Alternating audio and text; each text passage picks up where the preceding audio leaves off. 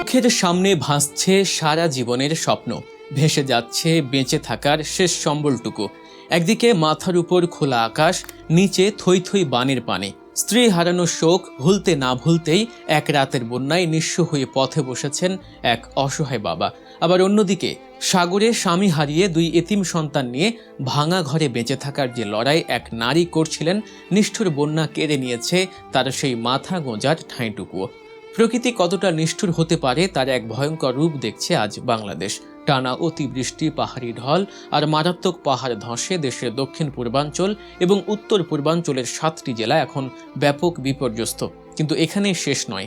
আবহাওয়া অধিদপ্তর ও বন্যা পূর্বাভাস কেন্দ্রের যে নতুন বার্তা, তা শুনলে আপনার বুকের রক্ত হিম হয়ে যাবে। কি হতে যাচ্ছে আগামী কয়েকদিনে, আর কেনই বা প্রতি বছর এমন ভয়াবহ ডুবন্ত পরিস্থিতির শিকার হচ্ছে সাধারণ মানুষ?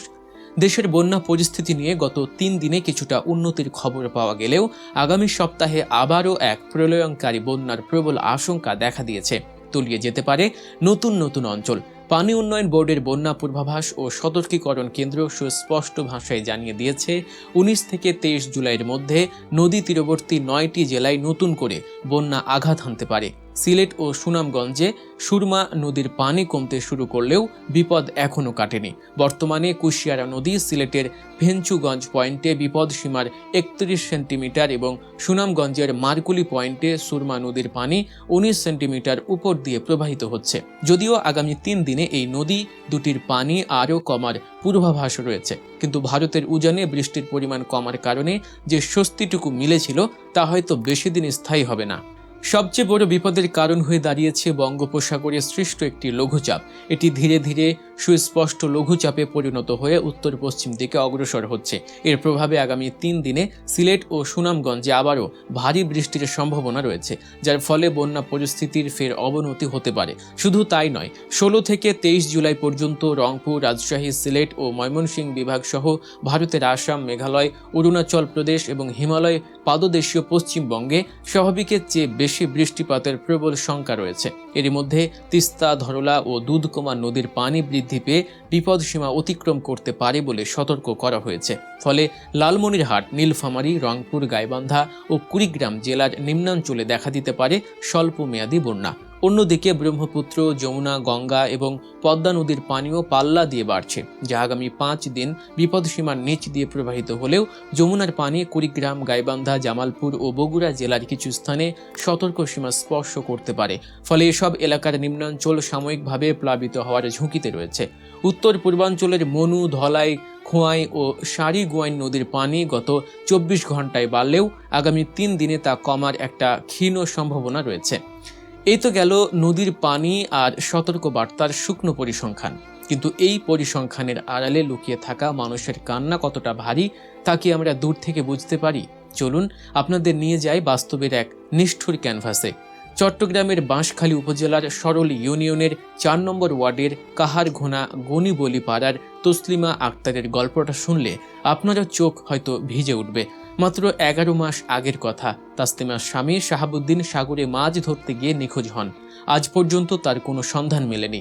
স্বামী হারানোর সেই দগদগে ক্ষত বুকে নিয়ে 2 ছোট ছেলে ইমরুল কায়েস ও ইমরুল কায়েমকে আঁকড়ে ধরে বেঁচে থাকার নতুন যুদ্ধ শুরু করেছিলেন তাসলিমা। সম্বল বলতে ছিল শুধু মাটির দেয়াল আর টিনের চালের একটা ছোট্ট কুঁড়ে ঘর। কিন্তু এবারের অতিবৃষ্টি ও পাহাড়ি ঢলে সাগরের জোয়ারের পানিতে সেই ঘরটিও ভেঙে মাটির সাথে মিশে গেছে। এখন এই খোলা আকাশের নিচে কাদা পানির মাঝে দাঁড়িয়ে তসলিমা জানেন না আজ রাতে তার এতিম 2 সন্তানকে কি খাওয়াবেন, কোথায় তাদের ঘুম পাড়াবেন। স্বামী নিখোঁজ হওয়ার পর থেকে আজ পর্যন্ত সরকারি বা বেসরকারি কোনো বড় সহায়তা তিনি পাননি। বন্যার পর কিছুটা চাল, মুড়ি আর বিস্কুট ছাড়া তার হাতে কিছুই পৌঁছায়নি। তাসলিমার এখন একটাই দাবি, সরকার যেন অন্তত তার ভেঙে যাওয়া ঘরটি মেরামত করে দেয়, যাতে সন্তানদের নিয়ে তিনি একটু নিরাপদে মাথা গুঁজে থাকতে পারেন। তার ননদ আশা আক্তারও ভাই হারানোর শোকের পাশাপাশি ভাবি ও ভাতিজাদের এই নিদারুণ কষ্টে পুরোপুরি ভেঙে পড়েছেন। তাসলিমার চেয়েও মর্মান্তিক অবস্থা কক্সবাজারের চকরিয়া পৌরসভার 8 নম্বর ওয়ার্ডের কোচপাড়া এলাকার বাসিন্দা মোহাম্মদ রাসেলের। প্রায় 2 যুগ ধরে মাতামুহুরী নদীর তীরে বসবাস তার। মাত্র 11 মাস আগে রাসেল তার স্ত্রীকে হারান। স্ত্রী হারানোর শোক বুকে চেপে বড় ছেলে জিয়াউর রহমান রাকিব সহ 2 ছেলে ও 2 মেয়েকে নিয়ে কোনো মতে সংসার চালাচ্ছিলেন তিনি। স্বপ্ন দেখছিলেন ছেলে মেয়েদের লেখাপড়া শিখিয়ে মানুষ করার।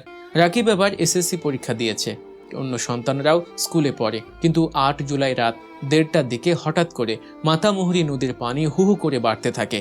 কোনো কিছু বুঝে ওঠার আগেই বন্যার পানি প্রবল বেগে তার ঘরের ভেতর ঢুকে পড়ে। প্রাণ বাঁচাতে সন্তানদের নিয়ে কোনো রকমে নিরাপদ আশ্রয়ে ছুটতে হয় তাকে। চোখের সামনে তীব্র স্রোতে ভেসে যায় ঘরের খাট, আলমারি, হাঁড়িপাতিল, এমনকি সন্তানদের বই খাতাও। এক রাতের ব্যবধানে রাসেল হারিয়ে ফেলেন তার তিল তিল করে গড়ে তোলা সংসারের সবকিছু।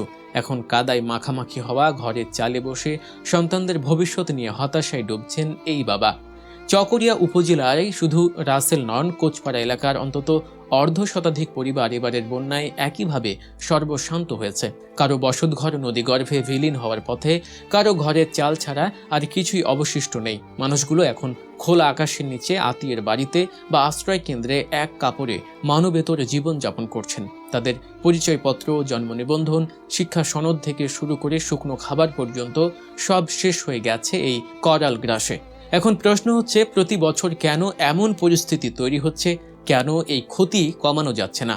বিশ্লেষণ করলে দেখা যায় এর পেছনে শুধু প্রকৃতির খামখেয়ালিপনা নয়, মানুষের তৈরি করা অনেক কারণও দায়ী। কক্সবাজার আবহাওয়া অফিসের আবহাওয়াবিদ মোহাম্মদ আবুল হান্নান জানিয়েছেন, জলবায়ু পরিবর্তনের কারণে সাম্প্রতিক বছরগুলোতে বর্ষা মৌসুমে অল্প সময়ে অতি ভারী বৃষ্টির প্রবণতা মারাত্মকভাবে বেড়েছে। এর সাথে পাহাড়ি ঢল যুক্ত হওয়ায় নদীর পানি খুব দ্রুত বৃদ্ধি পেয়ে আকস্মিক বন্যার সৃষ্টি করছে। অন্যদিকে কক্সবাজার পানি উন্নয়ন বোর্ডের নির্বাহী প্রকৌশলী নুরুল ইসলাম তুলে ধরেছেন এক ভয়ঙ্কর অব্যবস্থাপনার চিত্র। তিনি জানান, অস্বাভাবিক বৃষ্টির কারণে খাল, ড্রেন ও স্লুইস গেটের ধারণ ক্ষমতার চেয়ে অনেক বেশি পানি চলে আসছে। কিন্তু সবচেয়ে বড় সমস্যা হলো, অনেক জায়গায় খাল ও স্লুইস গেটের মুখে অবৈধ ঘের, অপরিকল্পিত স্থাপনা এবং নানা প্রতিবন্ধকতা তৈরি করে রাখা হয়েছে। ফলে পানি দ্রুত নামতে পারছে না।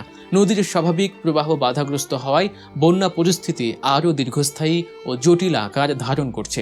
খাল, নালা দখল, অপরিকল্পিত নগরায়ন এবং নদী শাসনের অভাবই এই বন্যাকে এক ভয়াবহ রূপ দিচ্ছে। প্রাকৃতিক দুর্যোগ হয়তো আমরা পুরোপুরি ঠেকাতে পারবো না, কিন্তু মানুষের সৃষ্ট বাধাগুলো দূর করলে, খালগুলোর নাব্য ফেরালে এবং পূর্বাভাস মেনে আগাম প্রস্তুতি নিলে সাধারণ মানুষের এই অপরিসীম ক্ষতি অনেকটাই কমিয়ে আনা সম্ভব। আজ তাসলিমা বা রাসেলরা একা নন, বন্যার পানিতে ভাসছে দেশের হাজারো মানুষের স্বপ্ন। এই মানুষগুলোর এখন সবচেয়ে বেশি প্রয়োজন বিশুদ্ধ পানি, শুকনো খাবার আর মাথা গোঁজার একটু নিরাপদ ঠাঁই। আমাদের সবার উচিত যার যার অবস্থান থেকে এই অসহায় বানভাসী মানুষগুলোর পাশে দাঁড়ানো। বন্যা পরিস্থিতি এবং দেশের সার্বিক খবরাখবর নিয়ে আমাদের আজকের বিশ্লেষণ এখানেই শেষ করছি। বন্যা বা যে কোনো দুর্যোগে আপনাদের এলাকার পরিস্থিতি আমাদের কমেন্ট করে জানাতে পারেন। দেশের সব সর্বশেষ এবং বিশ্লেষণধর্মী খবর নিয়মিত পেতে সাবস্ক্রাইব করুন গল্প নিউজ। পাশে থাকা বেল আইকনটি চেপে দিন, যাতে নতুন ভিডিও নোটিফিকেশন সবার আগে পৌঁছে যায় আপনার কাছে। ভালো থাকবেন, নিরাপদ থাকবেন। আল্লাহ হাফেজ।